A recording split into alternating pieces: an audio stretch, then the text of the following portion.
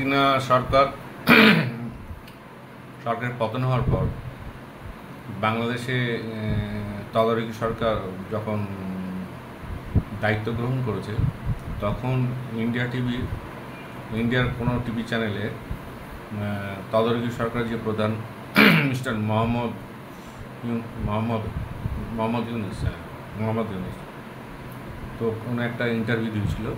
তখন ওনাকে জিজ্ঞাসা করা হয়েছিল ভারতের সম্বন্ধে, যে ভারত যদি মানে কোনো রকম ইন্টারফেয়ার করে, তখন মোহাম্মদ ইউনুস বলেছিলেন যে ভারত যদি আমাদের ইন্টারনাল ব্যাপারে নাক গলায়, তাহলে আমরা 7 সিস্টার্সে ডিস্টার্ব করে দেবো।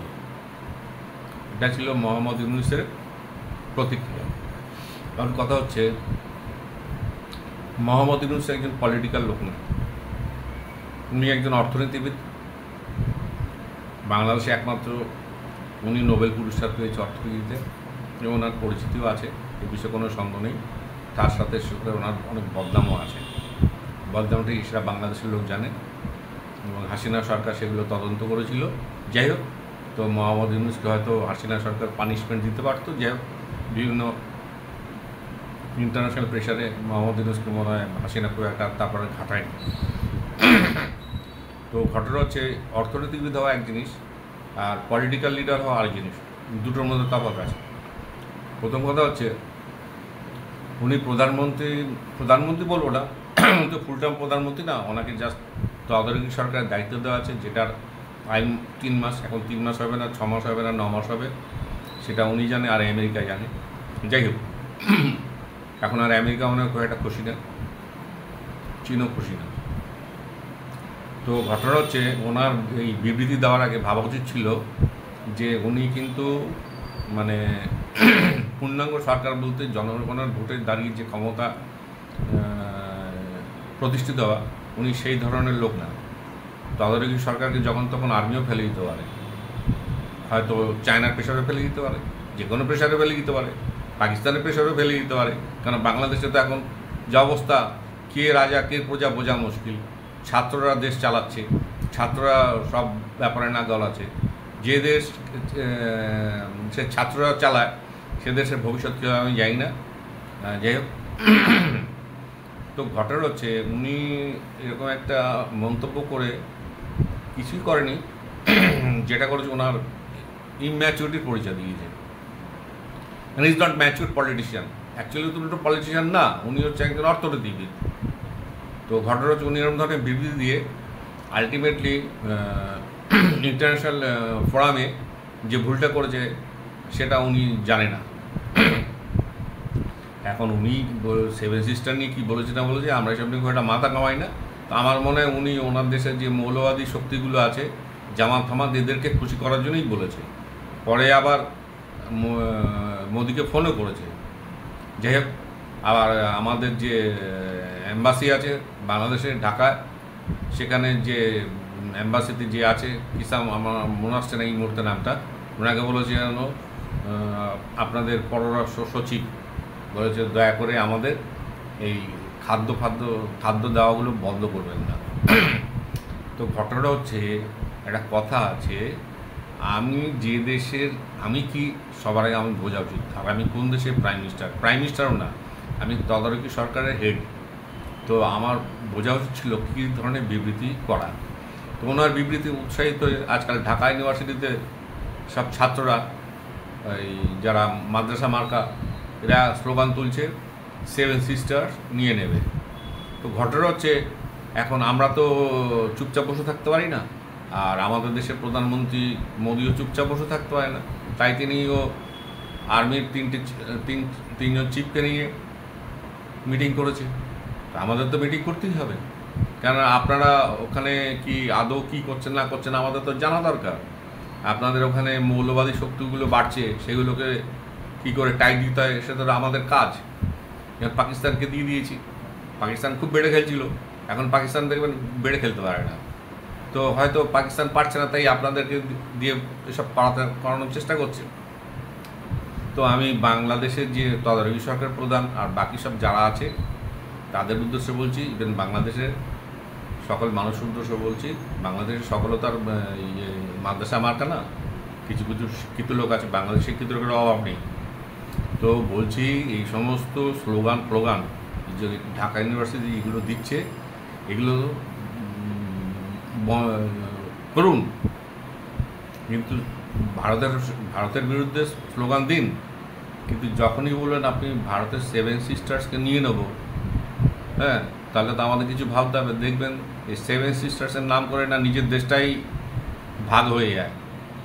বাংলাদেশ বলে একটা দেশ যে আছে পৃথিবীর ম্যাপ থেকে না চলে যায়। আমরা পারলে পাকিস্তানকে আরও ঠান্ডা করতে পারি, কিন্তু আমাদের ঠান্ডা করার রাস্তা আলাদা। আমরা সব যা কাজ করি ইন্টারন্যাশনাল ফোরামে গিয়ে এখান থেকে ওখান থেকে পেছন কল কাটে নাড়ি। পাকিস্তানকে তো ভিখিরি বানিয়ে দিয়েছি, দেখেছেন? ভিখিরি তো আমরাই বানিয়েছি, মোদি বানিয়েছে। হ্যাঁ, আমাদের মালিক কিনছে, কোথায় কিনছে? Dubai through. আলু পেঁয়াজ সবই কিনছে দুবাই থ্রু, মানে 5 টাকার মাল 25 টাকা কিনছে।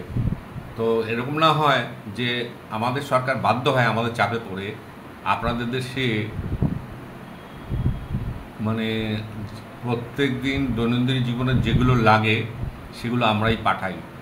কি পাঠাই না তার একটা লিস্ট আপনারা পাঠান। কি পাঠাই তার লিস্ট পাঠাতে হবে না, কি পাঠাই না তার একটা লিস্ট পাঠান। তাহলে দেখবেন আপনারা আমাদের ছাড়া আর বাঁচবেন না। আর আমরা যদি এগুলো বন্ধ করে দিই, যুদ্ধ ঢুকে যাবে। যুদ্ধ করবেন, 7 সিস্টার নেবেন। 7 সিস্টার নিতে না গিয়ে বাংলাদেশটাই না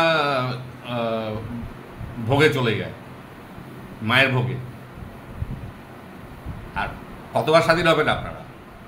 1947-এ স্বাধীন হয়েছেন, পাকিস্তান বানিয়েছেন আপনারা। পাকিস্তান বানানোর পেছনে আপনাদের হাত ছিল। যখন পাকিস্তানের সাথে জমছে না, পেটানি খেয়েছেন, মেয়েদের ইজ্জত লুটেছে। তারপর 1971-এ আমরা আপনাদের স্বাধীনতা এনে দিয়েছি। নাহলে আপনাদের কী যোগ্যতা ছিল স্বাধীনতা আনবেন? আপনাদের কোনো যোগ্যতা ছিল? আর্মি তো লাগাতো আপনাদের মেয়েদের। আর ওই যেগুলো জন্ম দিয়ে গেছিল ওইগুলি হচ্ছে জামাত। তো মন্তব্য করবেন, একটু বুঝে শুনে মন্তব্য করবেন। মন্তব্য করার আগে ভেবে চিন্তে বলতে পারেন কার এগেনস্টে মন্তব্য করছেন। ভারতের ক্ষমতা সম্বন্ধে আপনাদের আইডিয়া আছে? আইডিয়া নেই। আমেরিকাকে কিছু করতে গেলে ভারতের সঙ্গে আলোচনা করে করতে হয়। আপনার তো কোন চুনোপুটি। আমেরিকা তো এই সরকার ফেলার পেছনে আমেরিকা ছিল। তো তাই আমেরিকা এখন আমাদেরকে বলছে চলুন একসাথে কাজ করি। তো বাচ্চাদের মতো আপনি একজন তদারকি সরকারের প্রধান, বাচ্চাদের মতো কথা বলবেন না। আপনার মধ্যে তো কোনো ম্যাচুরিটি নেই মশাই, একটা বুড়ো ভাম।